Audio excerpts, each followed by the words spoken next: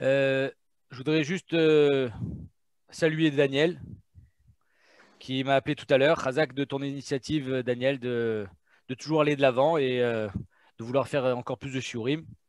Et que Bezrat Hashem, on puisse toujours avoir cet instinct d'aller vers l'avant. Alors, la paracha dans laquelle on est cette semaine, paracha de Bo, il y a un pasouk dans le Perek Yud Aleph qui est très intéressant. Et je voudrais, par les temps qu'on traverse en ce moment, peut-être ça pourrait nous éclairer dans notre vie. Alors comme ça, il y a marqué dans le pasouk Yud Aleph. Perek Yud Aleph, pasouk Aleph. Il y a marqué comme ça.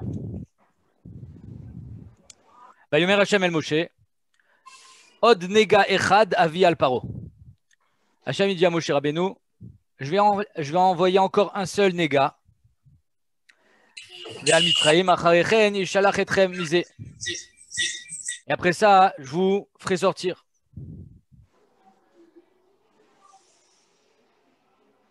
Keshalcho kala garesh et garesh et tremisé. Ok. Et là, la Torah nous dit quelque chose d'intéressant. Daberna beozne aham, parle avec les béné Israël. Veishalu ish me'et reu, que chacun demande à son voisin. Veish me'et reuta, veisha me'et reuta, les femmes de leur voisine. Kle kesef ou kle zahav.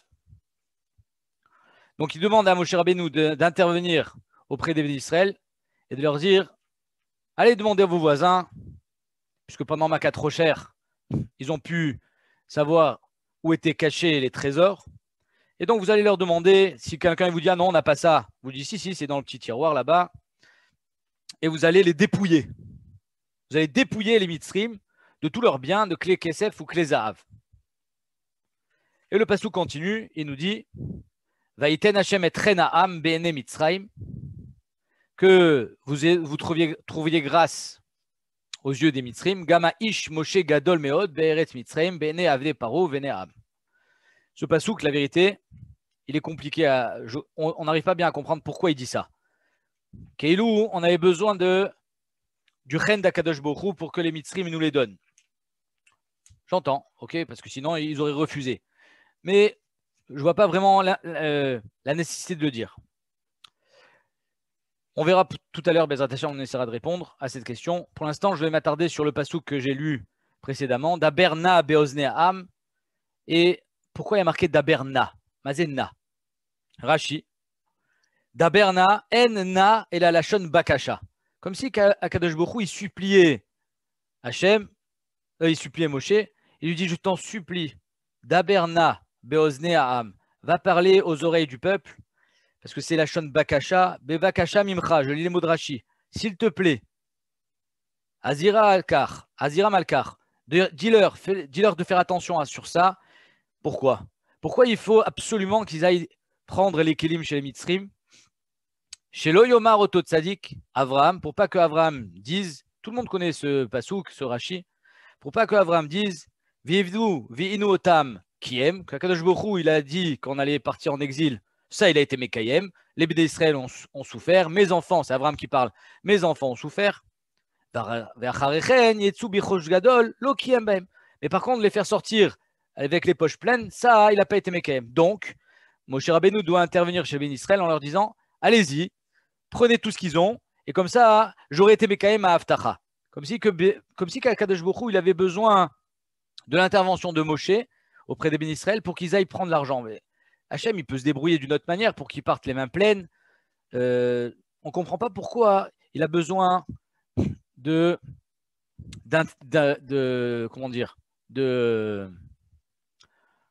d'assister. Daberna, na, c'est la Shon Bakasha. Pourquoi il a besoin d'insister, Ribono Shel Olam? Il n'y a pas besoin d'insister. Tu leur dis, ils vont les prendre et c'est tout.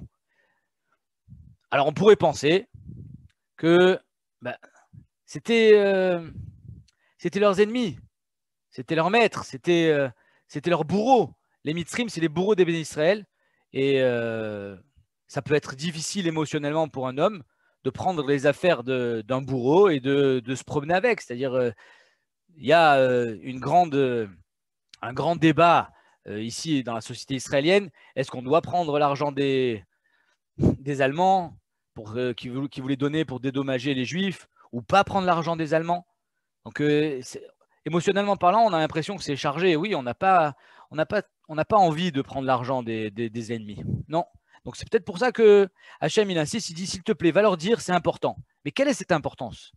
Pourquoi c'est si important pour Hachem que les Béné Israël partent avec les biens des Mitzrim?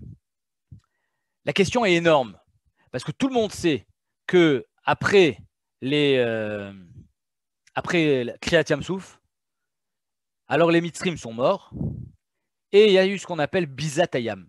Tous les trésors des Mitzrim se sont échoués sur les plages de Kriyat Yamsouf, de Yamsouf. C'est-à-dire qu'en deux mots, ils ont récupéré tous les biens des Mitzrim. Donc de toutes les façons, ils vont partir avec les poches pleines. Donc pourquoi ce Ta'alir, pourquoi Hachem demande aux Béné Israël de partir les Béné Israël? Pourquoi les Béné Israël sont censés aller prendre tout ça, alors que de toutes les façons, ils vont le récupérer d'une autre manière? Donc on a une première question, je répète. Pourquoi on a besoin d'insister? On pourrait dire parce que c'est difficile émotionnellement. Deuxièmement, pourquoi on a besoin d'aller prendre chez les Mitzrim si de toutes les façons on va le récupérer d'une autre manière? Et la troisième question que je pose, c'est au niveau du langage. Daberna beozneam veishalu ish me'et re'eu. Mazé re'eu. Qu'est-ce que c'est un re'eu? Re'eu, c'est un frère. Re'eu, c'est quelqu'un qu'on aime. C'est un ami. Et là, pitom, les Mitzrim, on les appelle les amis. Depuis quand on appelle des Mitzrim les amis? C'est pas censé être des amis, c'est des ennemis. Alors, le sujet du shiur ce soir, c'est comment on doit regarder les Mitzrim. Est-ce que les Mitzrim, avec tout le mal qu'ils ont fait au Béné Israël, avec toutes les souffrances qu'ils leur ont fait endurer, sont des ennemis jurés, des ennemis classés à vie pour l'éternité? Ça sera toujours les ennemis de Béné Israël. Et là, pitom, on dit et ish me et reu. Cette question, je l'ai entendue de mon maître Ravi Shurun. Je vais donc utiliser un petit peu ses propos et je vais essayer de personnaliser son Dvar Torah et de l'actualiser au goût du jour et de, comme on dit, le customiser.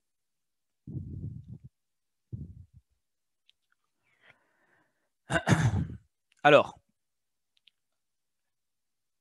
j'espère que les questions sont claires parce que on va partir dans un autre paracha où on parle encore des Mitzrim, mais là, ça va être sous un autre angle.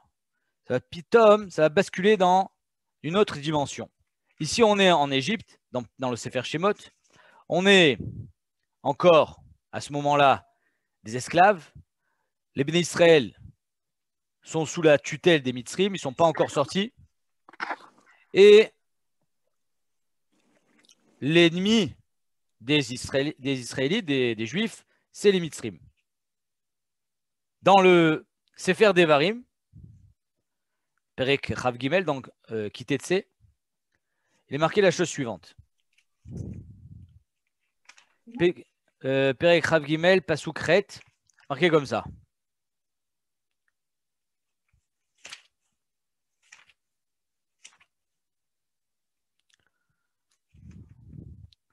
Lotetaev Adomi qui achichaou. La Torah là-bas nous dit que dans le pasuk d'Alet, bien avant, Lo yavo amoni moavi bikal Hashem, gam dorasiri lo yavo lahem bikal Hashem adolam. Le Amon au Moav, il n'est pas accepté dans le clan Israël. C'est-à-dire que si quelqu'un de Amon, du peuple Ammoni ou du peuple Moavi vient se convertir, on leur dit non, vous n'êtes pas accepté. Vous n'avez pas le droit de vous marier avec les Juifs. Aldevar asher lo kidmu etrem balechem ou bamaim, parce qu'ils ne vous ont pas bien accueillis, ils ne vous ont pas donné à manger, bader betzetrem mitzrayim, quand vous êtes sortis d'Égypte. Vacher sachar alecha et bilam ben beor mi peto aram naarem lekaleka. Et en plus, ils ont voulu vous détruire par le biais de Bilam. Velo Hashem elokecha lishmoa el Bilam, vayafoch Hashem elokecha alecha et akelala ibracha ki avcha Hashem elokecha. Donc en deux mots, la klala de Bilam s'est retournée contre lui, c'est devenu une bracha. Lotidrosh lomam vetovatam kol yamecha leolam. Donc, le Ammon ou Moav, c'est clair, c'est un ennemi. C'est un ennemi et il n'a pas le droit de venir dans le clan Israël. Par contre, la Torah continue. Elle te dit l'otidrosh shlomam, c'est-à-dire que tu ne dois pas t'intéresser à eux. Vetovatam kol yamechayecha. Kol yamecha leolam, il n'y a pas ici sous-entendu que c'est devenu ton rééou. Non, c'est pas rééou, c'est pas ton frère. Par contre, l'otetaev adomi ne repousse pas le adomi, le dom, donc Esav, qui a chichaou, c'est ton frère lui. L'otetaev mitzri, pareil pour le mitzri, qui guerre aïta be'arzo, parce que tu étais un étranger sur sa terre. Badim asher yivaldulahem, les enfants qu'ils auront, ces mitzrim, après leur conversion, dor shlishi yavolahem bikalachem. La troisième génération pourra se marier avec des juifs. Donc voilà qu'ici la Torah vient réhabiliter le mitzri. Le mitzri qui est l'ennemi juré du peuple juif, lui il a le droit de venir se marier avec les juifs. Et il y a pire, il y a marqué l'otetaev, ne le repousse pas, ne le haïs pas, qui guerre aïta be'arzo, parce que tu étais étranger, tu as habité, guerre, milachon gar, tu as habité, tu as été hébergé chez les mitzrim.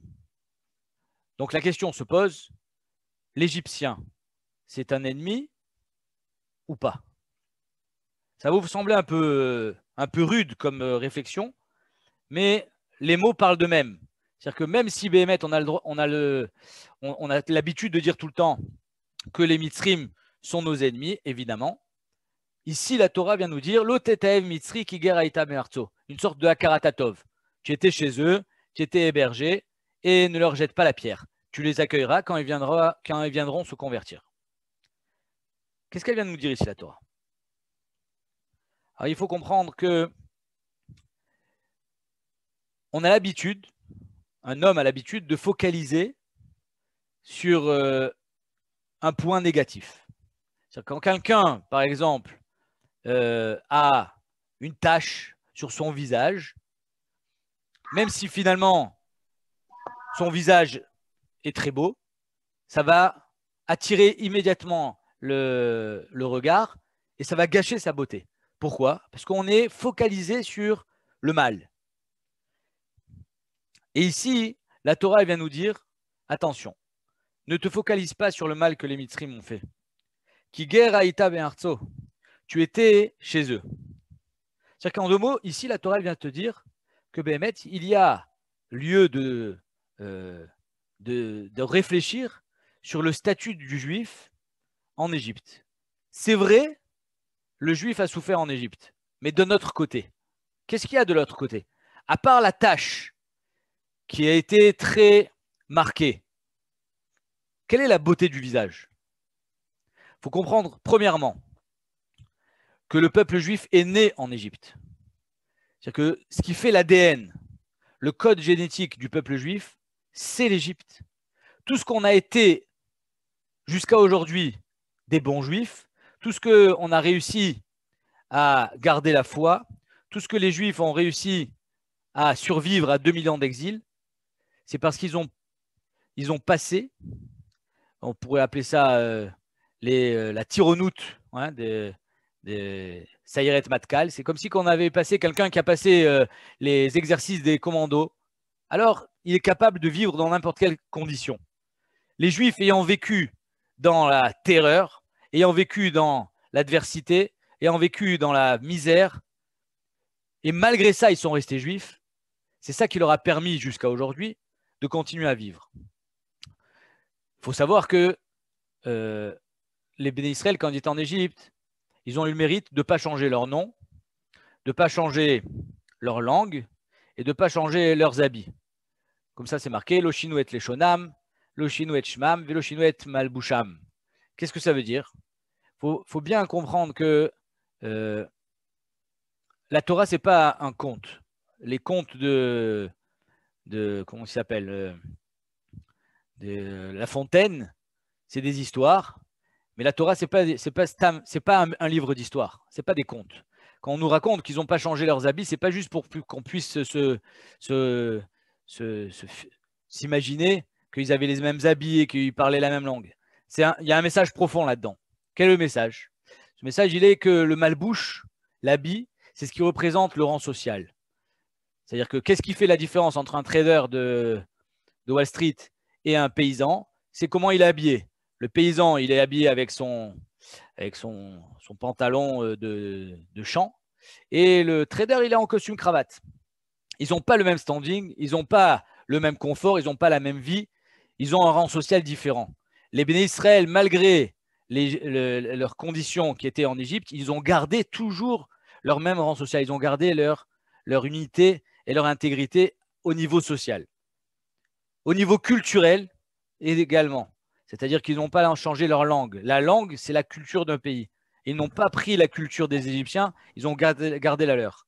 Enfin. Rabbi Moshe, juste, je t'interromps. Oui. Avant les esclaves, ils ont été quand même une longue période en Mitzrayim où ils étaient bien aussi.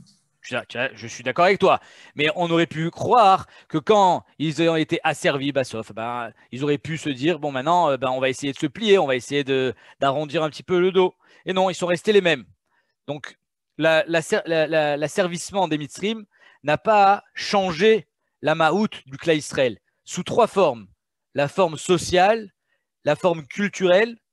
La culture égyptienne était énorme. Les Égyptiens, c'était le pays le plus civilisé, le plus cultivé. C'est-à-dire que le monde était plein de barbares, à part en Égypte. Et les Béné Israël n'ont pas adhéré à cette culture. Et enfin, donc ni au niveau social, ni au niveau culturel, et enfin, à mes yeux, le plus important, c'est le Shem, le nom.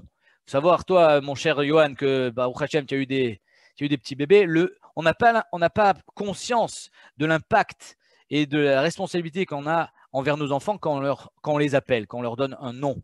C'est-à-dire que le nom, c'est ce qui va définir la personne et c'est le côté essentiel d'une la chaîne essence. L'essence même d'un homme, c'est son nom. Comment il s'appelle, comment on l'appelle, c'est qui il est. Et même ça, ils n'ont pas changé. Donc, ça veut dire que même dans leur essence, ils n'ont pas changé. Pas seulement au niveau culturel et social, où ça pourrait être quelque chose de secondaire et d'extérieur à eux, mais même dans leur essence, dans leur schème, ils n'ont pas changé. Donc, en 2 mots, ce que je veux dire par là, c'est que les difficultés qu'ils ont vécues en Égypte, c'est ça qui leur a permis de grandir. C'est-à-dire que la difficulté peut t'anéantir, mais la difficulté peut aussi te faire grandir. Faut pas oublier que Moshe Rabbeinu a été recueilli dans un berceau. Et le berceau du judaïsme, justement, c'est pas pour rien, je pense que c'est l'Égypte. C'est-à-dire qu'on est né un guerre qui guerre à Itab et Mitzrayim, on est né en Égypte et un converti, il est considéré comme un katan chez Nolad, comme un enfant qui vient de naître. Donc la naissance du Klal Israël se passe là-bas. Mina Maïm Eshitiou, que Moshe Rabbeinu, il a été tiré des eaux, il a été, comme on l'appelle, Moïse qui a été sauvé des eaux. C'est-à-dire qu'on a été tiré d'Égypte, on a été tiré de cette impureté, de cette touma qui étaient les Égyptiens. Mais justement, c'est le combat qu'on a livré là-bas qui nous a permis de pouvoir avoir notre identité aujourd'hui. C'est cette adversité qu'on a réussi à montrer dans l'épreuve qui nous a permis de nous affirmer et d'être ce qu'on est aujourd'hui. Je rappelle toujours cette histoire que j'avais entendue un jour du Rav Ben Chetrit, qui disait qu'un jour, il y avait un homme qui était venu le voir. Il lui disait mon fils, c'est un raté, je lui ai tout donné, je lui ai payé les plus belles écoles, il a ma carte bleue, je lui ai payé sa voiture à 18 ans, tout je lui donne. Et pourtant, il ne réussit rien. Moi, j'ai tout réussi et j'étais orphelin à 8 ans. J'ai dû aller travailler quand j'avais 10 ans. Je me suis débrouillé tout seul. Je me suis monté de mes 10 doigts. C'est moi qui ai tout réussi. Alors que lui, on lui a tout donné dans la main et il ne réussit rien. Alors, le Rav Ben Chetri lui répond, il dit, pourquoi vous dites que vous avez été orphelin à 8 ans? Il dit, parce que j'ai perdu mon père à 8 ans. Et à ce moment-là, j'ai dû prendre sur moi la responsabilité de la famille parce que j'étais le plus grand. Et à 10 ans, il fallait déjà que j'aille travailler. Alors, le Rav, il lui répond, votre fils n'a pas eu la chance de perdre son père. Donc, vous imaginez qu'une parole pareille, ça perturbe. Lui, il a perdu son père.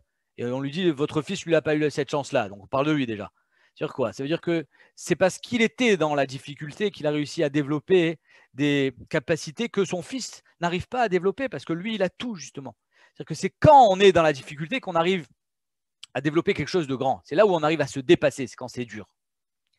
Ça, c'est le premier point qu'il faut comprendre à travers les Égyptiens. Que les Égyptiens nous ont donc permis de nous affirmer. Donc c'est vrai qu'ils nous ont fait du mal, mais il ne faut pas regarder que la tâche. Il faut regarder aussi qu'ils nous ont, hébergés, ils nous ont accueillis, et à cause de leur mauvaise culture, à cause de leurs mœurs qui étaient, j'imagine, de mauvaises mœurs et tout ce qui faisait qu'ils avaient une autre mentalité, à cause de tout ça et qu'on a dû se battre contre ça, c'est ça qui nous a permis justement de garder jusqu'à aujourd'hui, malgré le fait que ça fait plus de 2000 ans qu'on est en exil.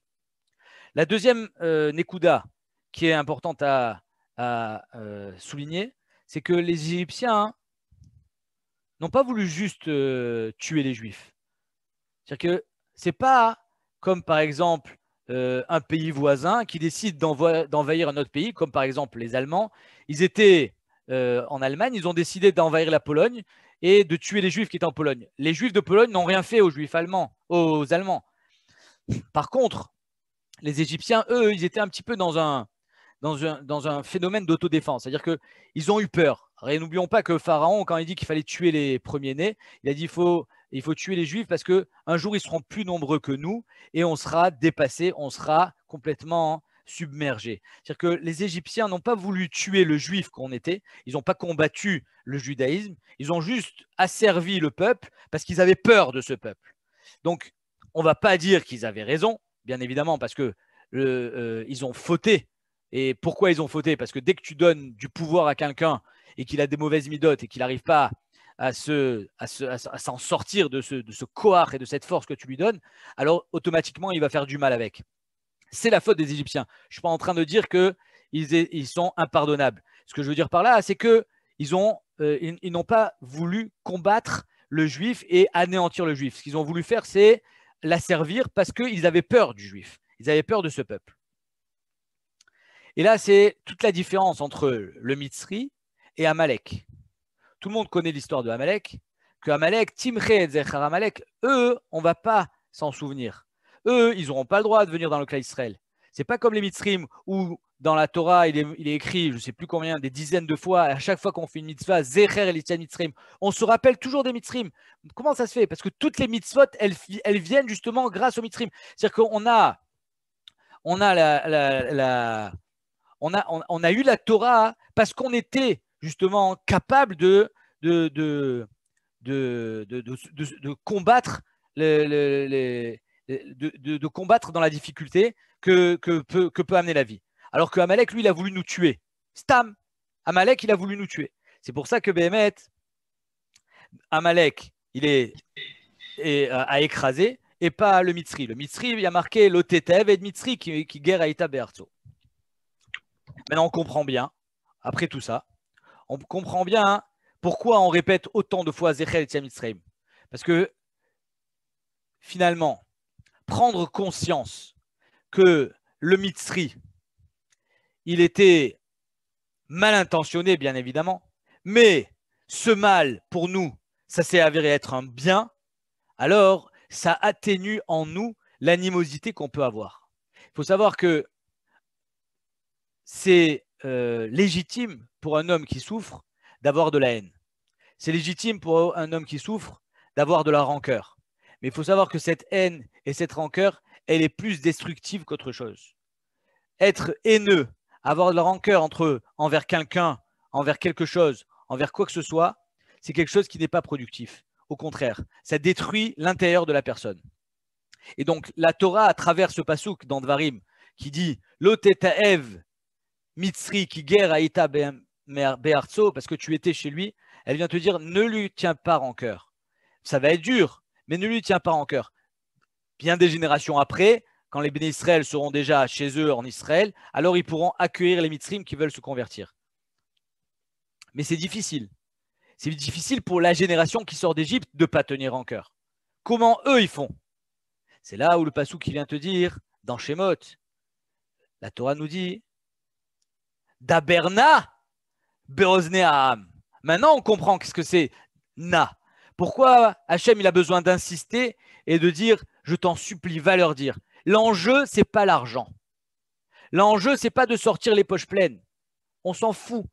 L'argent, de toute façon, Hachem, il peut nous le donner d'une autre manière. La preuve, Bizat Ayam, les trésors qui ont été rejetés par la mer. L'argent, on en aura d'une autre manière. L'enjeu, ce n'est pas l'argent. L'enjeu, c'est le rapport qu'on va entretenir avec l'ennemi, avec le Mitzri. Moshe Rabbeinu reçoit un ordre, mais pas un ordre, une bakasha. Daberna beozneham veishalu ish me'et reu veisha me'et reuta. Pourquoi on parle de la femme? Parce que ça concerne tout le monde. C'est pas seulement un homme qui est ici concerné, mais c'est l'homme avec un grand H. Tous les hommes sont concernés, hommes et femmes, de ne pas tenir rancœur envers celui qui t'a fait du mal. C'est-à-dire qu'à travers le fait que tu vas lui demander quelque chose, ça va être dur pour toi de porter la montre de ton bourreau. Ça va être dur pour toi de porter le bijou de ton bourreau. Évidemment que ça va être dur. Mais si tu le portes, alors tu pourras peut-être dans ton cœur essayer d'oublier tout le mal qu'il t'a fait et positiver au final, renverser le mal et le rendre bien. Arriver à avoir le visage et non plus la tâche. C'est ça que la Torah nous dit d'Aberna beozneham. L'enjeu, c'est pas de repartir les poches pleines. L'enjeu, c'est évidemment de ne pas tenir rigueur et rancœur et d'avoir de la haine envers le peuple. C'est que par là qu'on pourra y arriver. C'est que en leur prenant justement cet argent. C'est pas pour les dépouiller. On n'a pas fait ici un acte c'est pas un hold-up. Non, c'est juste une façon de se rapprocher du Mitzri. Et c'est pour ça qu'il y a marqué Me'et Reu. Parce que Pitom, il devient Reu. Pitom, il devient ton frère. Pitom, il devient ton voisin. Mais c'était mon bourreau. Il m'a humilié. Il m'a fait souffrir. Il m'a fait du mal. Et Pitom, ça devient Reu. Parce que Hachem, il te demande justement de ne pas tenir rancœur.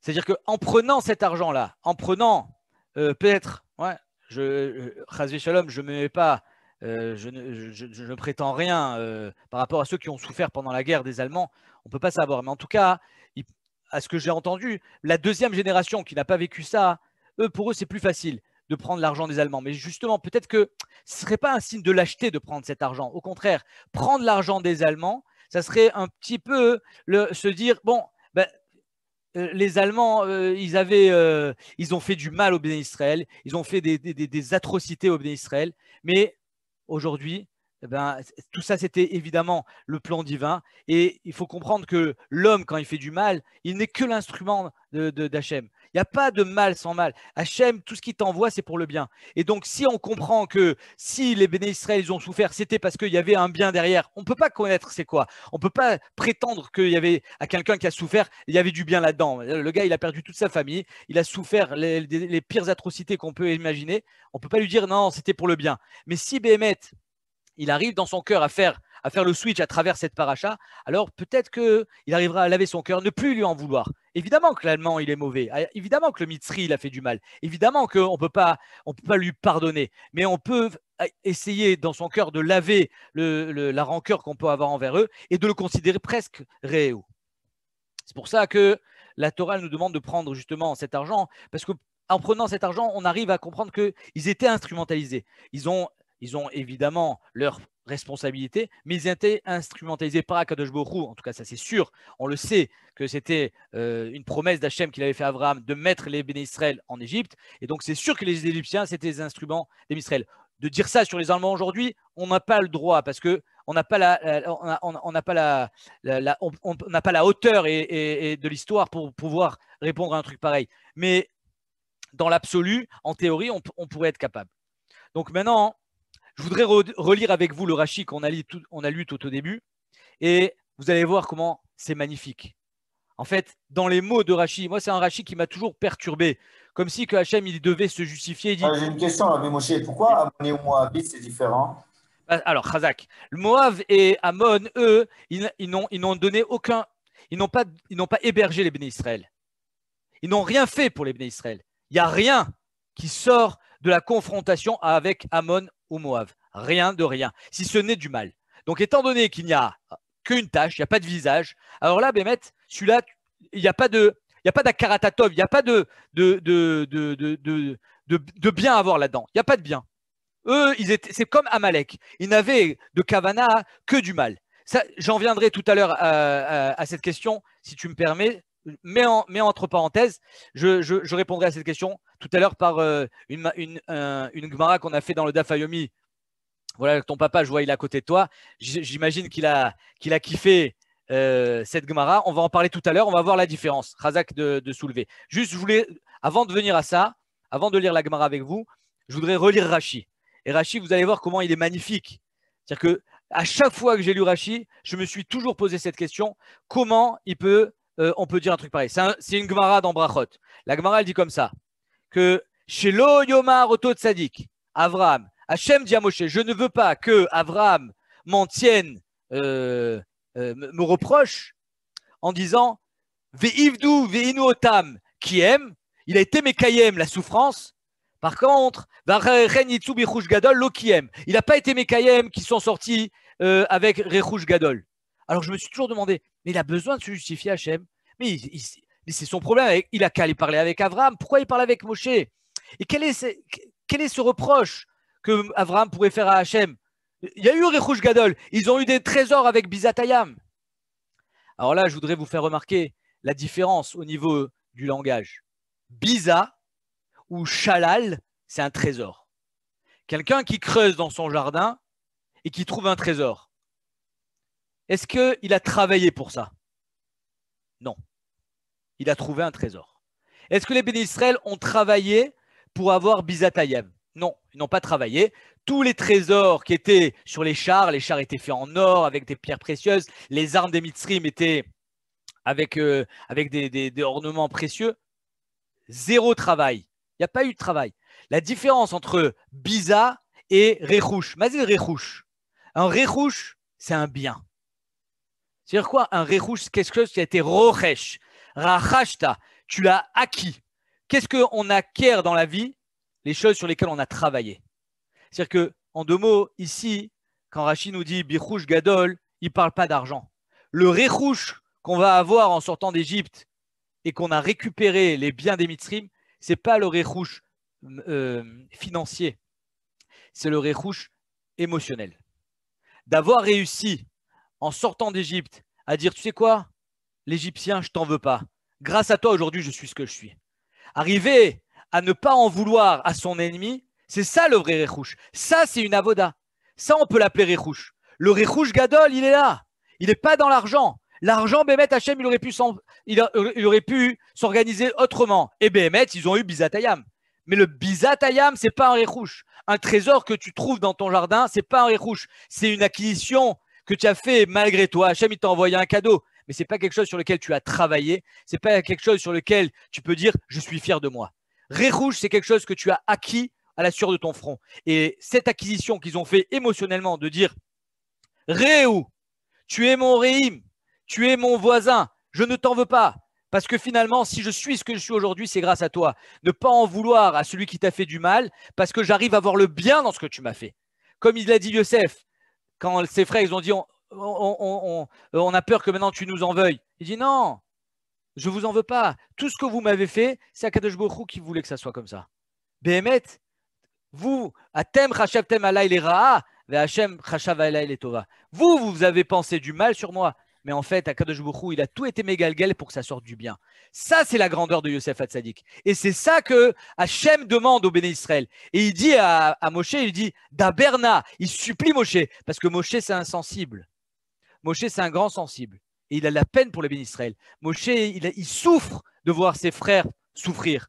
D'ailleurs, c'est comme ça qu'il a tué le Mitzri tout au début de l'histoire. C'est pour ça qu'il va fuir Mitzraïm. Parce qu'il souffre, Moshe, de voir dans quelle misère ils vivent ses frères. Et donc c'est pour ça qu'Hachem lui dit, je te demande s'il te plaît, va, écoute-moi, écoute mes conseils. Il faut qu'ils fassent page blanche avec leur rancœur. Il ne faut pas qu'ils leur tiennent rigueur. Ils n'étaient que mes instruments, ces Mitzrim. C'est grâce à tout ce qu'ils vous ont embêté, tout ce qu'ils vous ont asservi, c'est grâce à tout ça que vous êtes devenus ce que vous êtes aujourd'hui. Ça, c'est la première réponse sur le na. On comprend maintenant Rashi que pour pas que Avraham vienne chez moi avec un reproche, comme quoi j'ai été Mekayem la souffrance, mais il n'y a rien sorti de cette souffrance. Il est magnifique ce Rashi. Comme si que finalement la souffrance avait été vaine. Je ne veux pas que Avraham me dise cette souffrance a été vaine, ils ont souffert, et finalement Mayatsa misé, kloum. Qu'est-ce qui s'est passé de cette souffrance? Il n'est rien sorti du tout. Ils sortent avec la rancœur, ils sortent avec la haine, ils sortent avec du mal dans leur cœur. Je ne veux pas qu'ils viennent en me donnant ce reproche. Je veux qu'ils sortent Berouj Gadol, qu'ils sortent avec la tête haute et se disant que Béhémet, ils ont eu en Mitzraïm une vie amère. on mange le maror à Pessar, évidemment. Dès qu'ils ont eu une vie amère. Mais ce maror-là qu'on mange à Pessar, on fait une bracha. C'est-à-dire que même si c'est amer, il faut faire une bracha. Parce qu'il sortira toujours du bien de quelque chose. Ça, c'est la première question. La deuxième question qu'on a posée, Rechouch et Biza, on a répondu aussi. On a dit que Rechouch, c'est un Kinyan. Et enfin, la différence entre un Mitzri et un Amaleki et un Ammon ou Moav, c'est ce que tu m'as demandé, mon cher Johan. Là, je voudrais partager avec vous. J'adore faire ça. C'est-à-dire que pour les initiés du Dafayomi, ça va être agréable. Et pour les autres, ça va être une initiation. Il faut savoir que quand on étudie le Dafayomi, on est comme dans une mine avec de l'or, avec des diamants, avec des minéraux, avec des métaux précieux. Et tu trouves plein de choses quand tu fais le Dafayomi parce que tu brasses tellement de connaissances que tu n'arrives pas à apprécier la valeur de chaque chose. Mais des fois, bim, tu sors la pierre et tu dis « Ah, j'ai trouvé un trésor ». Et là, le trésor que je voulais partager avec vous, c'est une Gemara qu'on a fait dans Psachim Dafnoun Amoudbet qui dit la chose suivante. Elle dit comme ça. Il y a marqué dans la Gemara Tanoura Banan, Yesh Zariz Veniskar. Alors la Sugia là-bas, elle parle de quoi? Elle parle de quelqu'un qui ne doit pas travailler Erev Pessar. Vous savez que Erev Pessar, on n'a pas le droit de travailler, plus particulièrement Erev Pessar, parce que c'est le moment où on doit se débarrasser de son Chametz, c'est le moment où quand il y avait le Beth Amikdash, on devait faire le Korban Pessar. En 2 mots, Erev Pessar, il doit être complètement libre, c'est une journée libre. Et donc, la Gemara, elle vient et elle dit quelque chose d'intéressant. Yesh Zariz Veniskar. Il y a des gens qui travaillent toute la semaine et quand arrive Erev Pessar ou quand arrive Erev Shabbat, parce que Erev Shabbat aussi, il faut faire attention de ne pas travailler, en tout cas à partir d'une certaine heure, dans l'après-midi, alors il s'arrête de travailler. Donc celui-là, sa nature, c'est de travailler. C'est un bosseur. Le gars, il travaille. Et dès qu'on lui dit qu'il ne faut pas travailler, il s'arrête. Alors, Yesh Zariz Veniskar. Lui, il travaille et il gagne. Après, la Gemara, elle te dit Yesh Zariz Venifsad. Il y a des travailleurs qui travaillent tout le temps et eux, ils travaillent même le Erev Pessah et ils vont même travailler le Shabbat. Nifsad. C'est bien d'être Zariz, c'est bien d'être un bosseur, mais il y a des jours où la Torah, elle te dit non, tu ne vas pas travailler, il ne faut pas travailler. Yesh Shafel Veniskar. Il y a des glandeurs. Il y a des gens, ils ne travaillent pas. C'est des gens, ils aiment bien flâner à la plage, ils font rien. Alors, automatiquement, Erev Pessah, comme tous les jours, il ne va rien faire. Donc, il est Niskar. Mais est-ce qu'il a travaillé? Est-ce qu'il était mitkaven de ça? Non. Lui, tous les jours, de toute façon, il est chômeur. Mais il est quand même Niskar. Yesh Shafel Veniskar, Yesh Shafel Venifsad, et Yab Bichlal, celui qui ne travaille jamais. Et juste quand il ne faut pas travailler, il se réveille en travaillant. De quoi elle nous parle ici, la Gemara? Elle nous parle de la célèbre Sugia qui s'appelle Mitor Shelolishma Balishma. C'est-à-dire que quelqu'un, il va faire les choses automatiquement, il va les faire par nature, il va les faire parce que c'est comme ça qu'il est, mais ça va sortir une mitzvah. Yesh Zariz Veniskar. Bravo. Même si c'est ta nature, finalement, tu as gagné. Tu as gagné parce que même si ta nature, Yesh Shafel Viniskar, même si c'est ta nature de ne pas travailler, le jour où il ne fallait pas travailler, tu as gagné. Même si tous les jours tu vas à la plage, le jour où il ne fallait pas travailler, tu n'as pas travaillé. Donc la Gemara continue, elle nous dit comme ça. Zariz Veniskar David Koulé Shabta, Vélo Avid Bema les Shabta. Toute la semaine il travaille, mais Rev Shabbat il ne travaille pas. Lui, c'est un bosseur et en plus, il sait quand est-ce qu'il faut s'arrêter. Zariz Venifsad, David Koulé Shabta, Vavid Bema les Shabta. Je saute un petit peu toute la Gemara parce que c'est le développement. Et j'en arrive à Marava. Rava, il vient et nous dit quelque chose. Donc, la Gemara est claire. La Gemara, elle nous dit que Béhémet, il y a des gens qui, par leur nature, vont être enclins à faire certaines mitzvot. C'est-à-dire qu'il a, par exemple, quelqu'un, il a la nature généreuse. Donc, automatiquement, il va faire de la tzedaka. C'est sa nature. Il y a des natures où il se lève tôt. Donc, automatiquement, il va se lever tôt le matin pour aller à la tfila. Il pourra aller au net et pas plus tard. Donc, oui, mais est-ce qu'il a du mérite sur ça? On pourrait dire, pas tellement, parce que finalement, il ne s'est pas forcé. C'était sa nature. La Gemara vient nous dire, non, Yesh Shafel Veniskar. Celui qui, de toutes les façons, ne travaille pas, le jour où il ne faut pas travailler, il est Niskar. Bravo. Mais Rava, il nous dit, Ane Naché de Mechouza. Rava il nous dit, il y a les femmes de Mechouza. Afalgav delo avdan avidta bemaale shabta. Les femmes de Mechouza ne travaillent jamais. Les femmes de Mechouza étaient des précieuses. C'était des femmes qui ne voulaient pas travailler. C'était des nobles. Et donc, automatiquement, Erev Shabbat, elles ne travaillent pas. Meshum mefan kuta, parce que c'est des mefankot. Des akol yomanami loka avdan, tous les jours, elles ne travaillent pas. Afilu achi, shafel, veniskar, karenan leu. Malgré ça, on les appellera shafel, veniskar, même si ce n'est pas avec une bonne kavana qu'elles ne travaillent pas. Malgré ça, elles ont gagné une mitzvah. Le Meromé Sadeh, je l'ai ramené dans le shiur, il dit un chidush hatzum. Il dit que ici on est dans la sugia de Mitor Shelo Lishma Babishma. Mais est-ce que Mitor Shelo Lishma Babishma, je dois arriver un jour au Lishma? Apparemment, on pourrait penser, bien évidemment. C'est-à-dire que si depuis le début tu ne veux pas faire Lishma, tu n'y arriveras pas. Pourtant, ces femmes de Mechouza, elles, n'arriveront jamais au Lishma.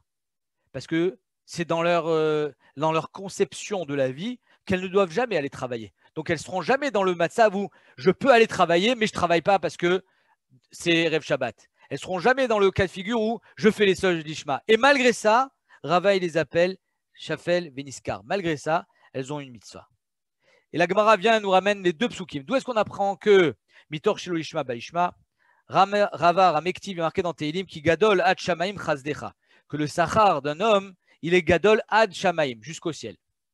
Un autre pasuk dans Tehilim nous dit qui gadol me'al shamaim, que le sachar d'un homme, il est au-dessus du ciel. À Ketzad. Alors comment ça se fait qu'une fois il est au ciel, une fois il est au-dessus du ciel? Kan beosin lishma, kan beosin shelo lishma. Quelqu'un qui fait les choses lishma, alors les Rishonim ils expliquent, Akadosh Baruch Hu, il peut même changer Maaseh Bereshit.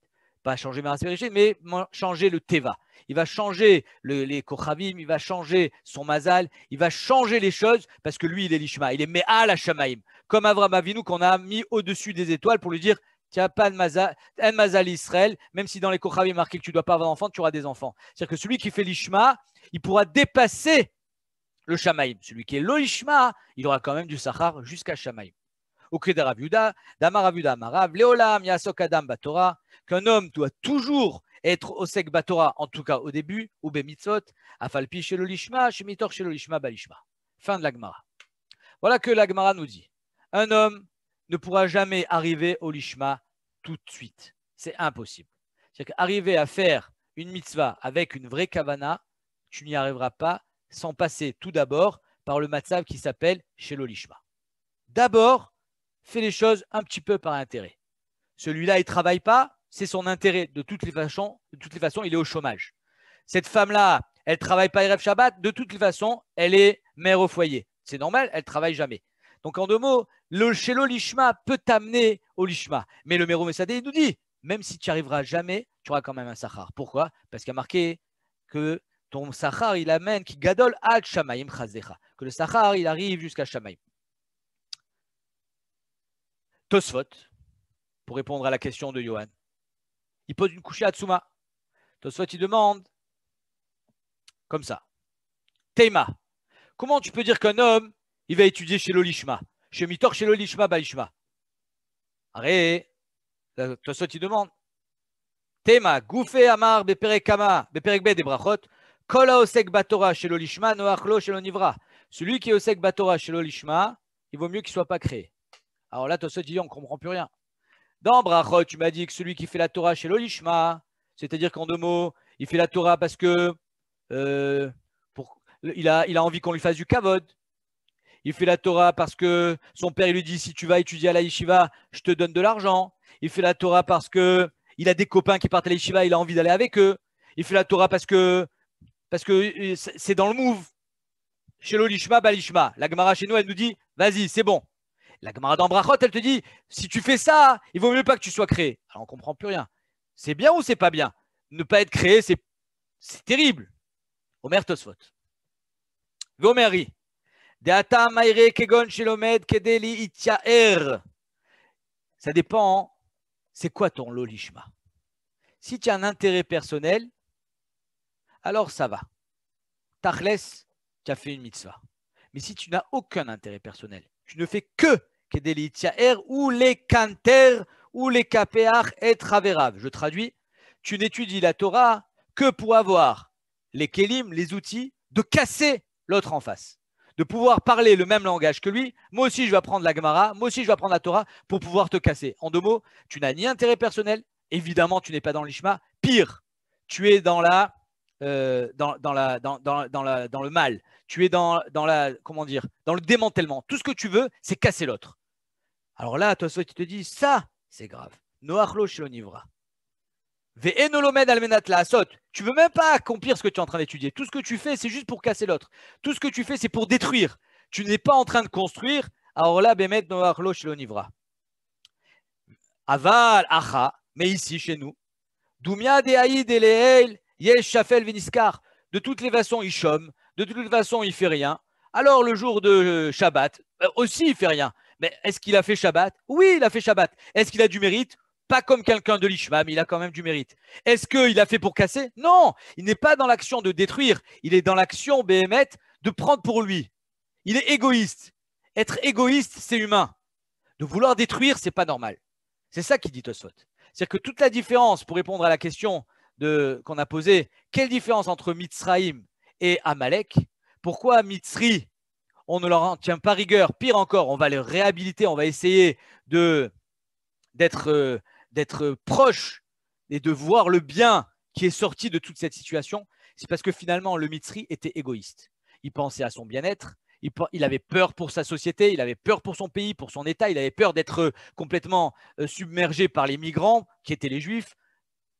Mais il n'était pas dans le cas de Tosfot, que c'était juste pour briser, juste pour casser, juste pour détruire. Il ne voulait pas détruire. Le Amaleki, lui, il voulait détruire. Amon ou Moab, on l'interdit. Tu ne viens pas te marier avec nous. Pourquoi? Parce que finalement, tu n'es pas dans l'égoïsme, Amon ou Moab. Tu veux tuer celui qui est dans la détresse. Les Béné Israël sont dans le désert. Ils sont donc en voyage. Ils reviennent de loin. Tu peux leur donner à manger, à boire? Non, je ne leur donne pas. Je veux qu'ils meurent. Et pourquoi ils t'ont rien fait?